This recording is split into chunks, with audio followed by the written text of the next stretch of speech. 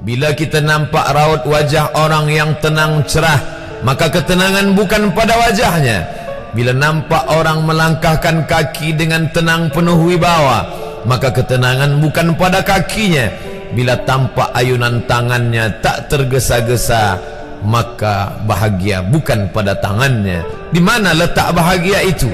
Ala fil jasadi mudghah. Ketahuilah dalam jasad ada segumpal, ada sekepal, ada sesuap. Idza salahat salahal jasadu kulluh. Kalau yang segumpal itu baik, maka yang lain ikut menjadi baik. Wa idza fasadat fasadal jasadu kulluh. Kalau yang segumpal itu rusak, maka dia pun ikut menjadi rusak. Yang segumpal itulah yang mengendalikan mata, telinga, tangan, kaki. Yang segumpal itulah tempat rindu, benci, marah, ridha, ikhlas, fasik, hasad, kufur. Di sanalah bersemayam rindu dan benci. Maka jangan terlampau benci. Habib habibaka haunamma. Kalau kau sayang, sayanglah secukupnya sahaja. Karena boleh jadi hari ini kau sayang, besok berubah menjadi kebencian. Kalau kau benci, bencilah secukupnya sahaja. Boleh jadi esok pagi dia menjadi orang yang tersayang. Berapa banyak puan-puan berkata, siapa itu? Itulah orang yang dulu paling aku benci. Tapi hari ini masih ada juga benci, tapi tak banyak.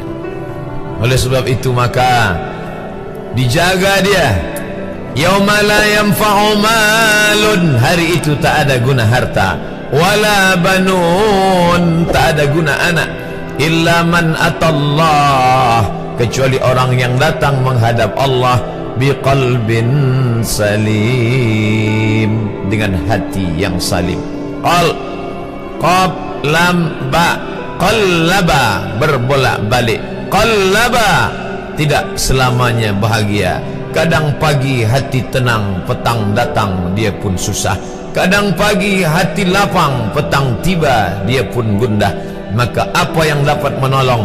Ala bizikrillah, ketahuilah dengan banyak menyebut mengingat Allah, tatma'innul qulub, maka hati akan menjadi lapang.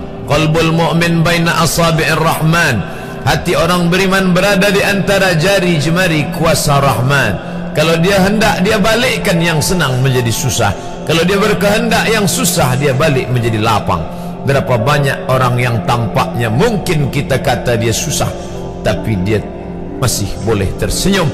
Sebaliknya orang yang menurut pandangan zahir kita cukup segala, makan, pakai, tapi tampaknya kesenangan tak pernah singgah. Apa sebab? Kerana hati milik Allah. Dia ada dalam diri kita, tapi dia bukan punya kita. Lillahi ma fis samawati wa ma fil ard. Apa di langit, apa di bumi, milik Allah. Balikkan kepada Allah. Dari Allah, balik kepada Allah. Senang mengucapkannya, payah mengamalkannya, lebih sulit memasukkannya ke dalam hati. Oleh sebab itu maka apa cara supaya hati menjadi lapang? Yang pertama, iman. Mesti ada iman. Percaya bahawa dia ada walaupun tak tampak oleh mata.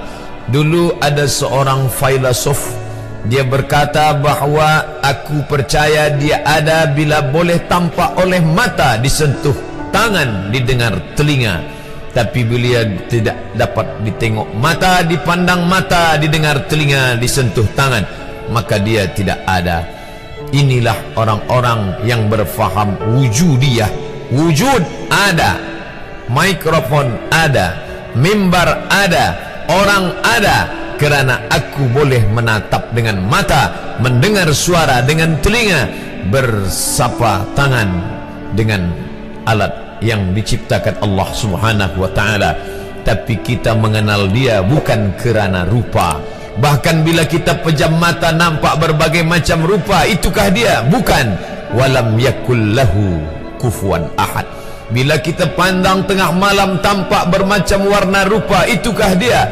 Ma khatara bibalik fallahu laisa kadzalik. Apa yang terlintas di hatimu, maka dia tidaklah seperti itu. Dia tak dapat dipandang dengan mata. La tudrikuhul absaru, dia tak dapat ditangkap mata. Wa huwa yudrikul absara, dialah yang dapat menatap mata. Jangankan dia, wajah kita pun kita tak boleh melihatnya. Siapa yang boleh melihat wajahnya? Sementara belum dijumpai cermin, belum pandai orang membuat cermin, orang tak tahu bentuk rupa wajahnya bagaimana. Sampai suatu hari dia dalam perjalanan panjang, dia tengok ada pohonan rindang, lalu kemudian dia berteduh di bawah pohon rindang, menghindar dari panas terik matahari. Di bawah pohon rindang ada kolam air, maka saat dia akan mengambil minum dari air kolam, disitulah dia melihat wajahnya. Oh, begitu rupa wajah di dalam